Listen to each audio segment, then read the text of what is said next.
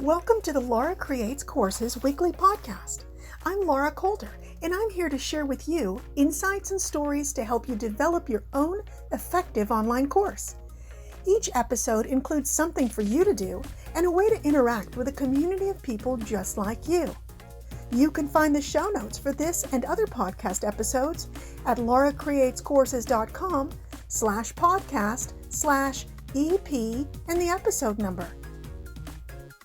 In episode 6, we take a look at student blogging in an online course and how it can be used to build community, allow for reflection, and explain concepts. Welcome! We've been talking about learning activities, and today's learning activity focus is going to be all about blogs. So how do we use blogs effectively in an online course?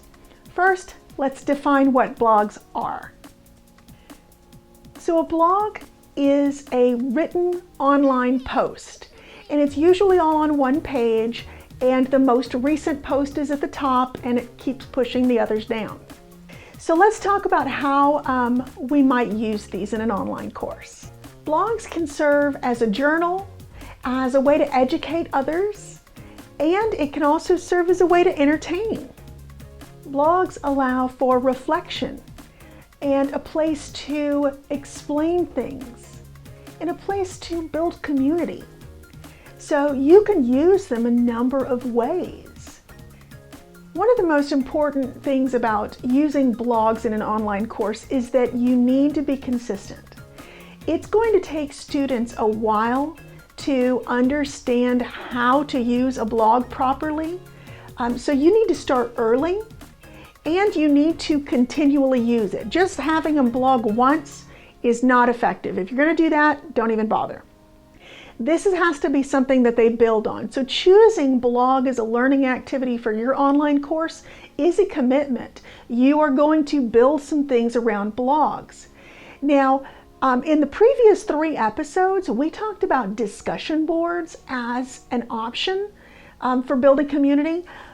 Blogs are another way of doing that. And this is if your learning management system does not have an option for discussion boards, then blogs are your go-to.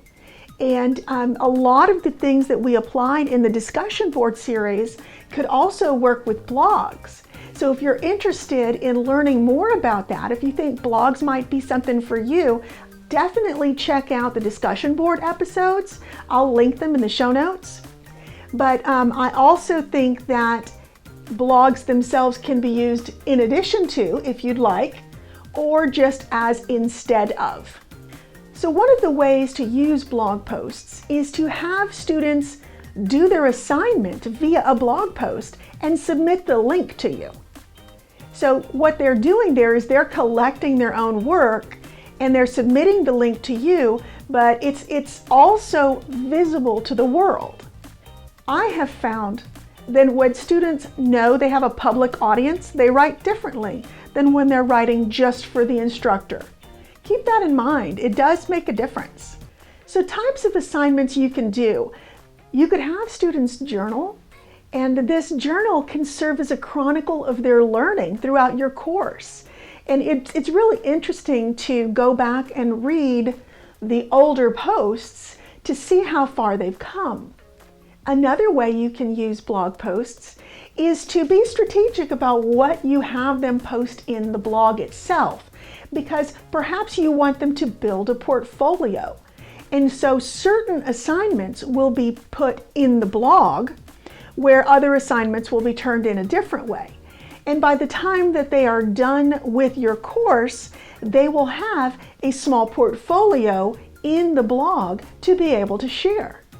So that's one way to create something and to build in that need for adults to create something that means something to them, something they need and can immediately put to practical use. You can ask students to reflect on something. Say you had them watch a video and you want them to write a reflection on what they got out of that video. Or perhaps you've posted a quote like we did on the discussion board and you want them to reflect on how this quote applies to them and their learning and their current needs.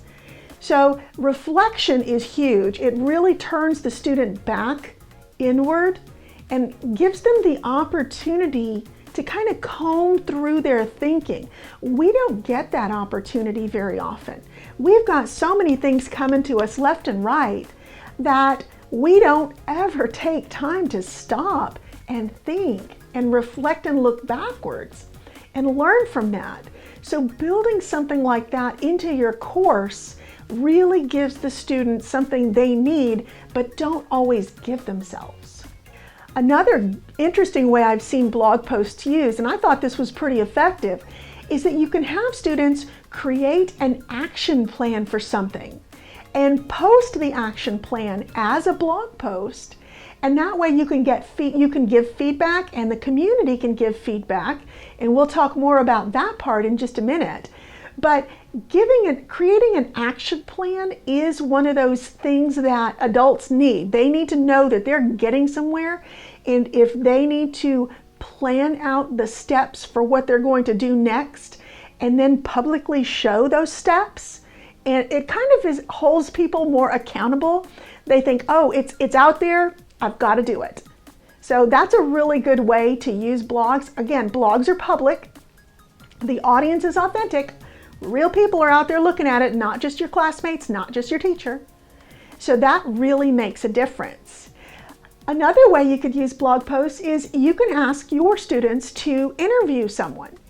And if they interview via video or via audio, they can upload the media and link it into their blog or embed it in their blog, or they can transcribe the interview and put it in the blog. So that's another way you can use blogs. And another really good way to do it is to have students explain a concept. Now, I know that in coding, when people are learning to code or they're working on their coding and they're trying to work out something in their head and it's really complicated, it's good to have someone else to bounce what you're thinking off of. But that's not always possible. People might not all be working in the same programming language that you're working in, or it could be in any topic. You could be the only person in your immediate circle who works on social media management, and who are you going to talk to about this idea you have, this concept, and how to iron things out? So sometimes it helps to explain things to others because it gives you an opportunity, again, to comb out your thinking and to see errors in your thinking. Do you want a way to choose effective learning activities at your fingertips? Download my free ebook, Online Course Creation Made Easy, 25 Activities to Engage Your Online Learner, at lauracreatescourses.com. It's designed to help you choose the right learning activity to meet your goal. That's lauracreatescourses.com. So in coding, programmers are encouraged to keep a rubber duck by their desk. If there's no one else to talk to, you explain to the rubber duck exactly what you're thinking. Often the process of hearing your explanation is enough to help you see your errors or to help you comb it out. Again, another form of reflection. But explaining a concept to someone else, this is why study groups are so effective. If you're sitting around a table and somebody asks a question or you understand the right way to do something, you explain it to them, they understand it, or they catch the error in your thinking. You may have thought you knew it right, but your small group members have said, hey, wait a minute, I don't think you thought about this part. That's not quite how I see it. And so explaining a concept to someone else is super valuable because you get the feedback from the people, or you can hear yourself and kind of think about that and see your own obvious errors. So in a synchronous class, a class that moves along all at the same time, blogs can really be a way of creating community. One of the ways I recommend is to break your class into small groups of, say, 4 or 5 people. And those groups are required to read and comment on their group members' blog posts. This guarantees that everybody has an audience and everybody gets some sort of feedback. Now, they can certainly read and comment on people's blogs outside of their circle, but they're required to definitely comment and interact with their own group. And so this helps everybody get a sense of community and everybody gets some feedback. In an asynchronous class, a class that's self-paced, this is quite a bit harder. And I would recommend, or what I would do is I would collect blog posts along the way. I would collect blog links and post them in a place where every upcoming new student can go back and read what other students wrote and can comment on them if you make that part of the assignment. I am not a huge fan of requiring people to post things because often they just post agreed as just to get the assignment out of the way. So I do believe a lot in making it optional, but also making it engaging so that students want to do it. But having those other blog posts available for other students, for new students to read, is a form of connecting. They don't feel so isolated because other students have worked in this course in the past, and so they feel a sense of community. It might just be a shadow of it, but it's more than they had, and they're not so alone. Taking an online course is very isolating, or it feels very isolating. You're alone in your room, in your house, taking the course, and you don't have any classmates to talk to. And so you want to kind of address those things as much as possible. So even a shadow of community helps with that. You could also give your students the option to vlog. Vlogging is video blogging, and it's a lot like this episode that you're listening to, or if you're watching on video, it could be something like this. I've participated in courses where we've had to record our answer and post it to the group. And it was really neat seeing each other's faces and hearing each other's voices. That again reduces the sense of isolation. And we'll spend some time on video in a later episode. But you could create your blogging, it could be vlogging instead.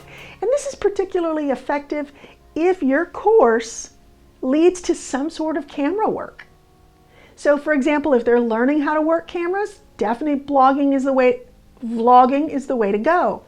If they are learning how to create their own YouTube channel, well then obviously you want them to practice that. And so vlogging is a good way to do that. But again, you're doing the reflection, you're doing the explanation, you're actually doing the practice and the work of the course within this framework. Okay, now it's your turn. I want you to brainstorm as many possible blog activities as you can think of. It doesn't have to be just the ones I listed here. If you've seen some cool stuff, add that to your list. If you have some imaginative ideas, add that to your list. You're not going to use them all, but the more you brainstorm, the more ideas you get. And you might stumble upon some really good ones that way. Then I want you to go to the comments section of the video. If you're listening to this in a podcast, I have linked the video in the show notes because I want you to participate too. In the comments section, post 2 of your brainstormed blog activities and why you might use those 2. I'd love to see your ideas and comment back. If you enjoyed this podcast, please let me know by giving it a rating and sharing a screenshot on Instagram. Be sure to tag @LauraCreatesCourses. Not too shabby. Certainly coffee worthy.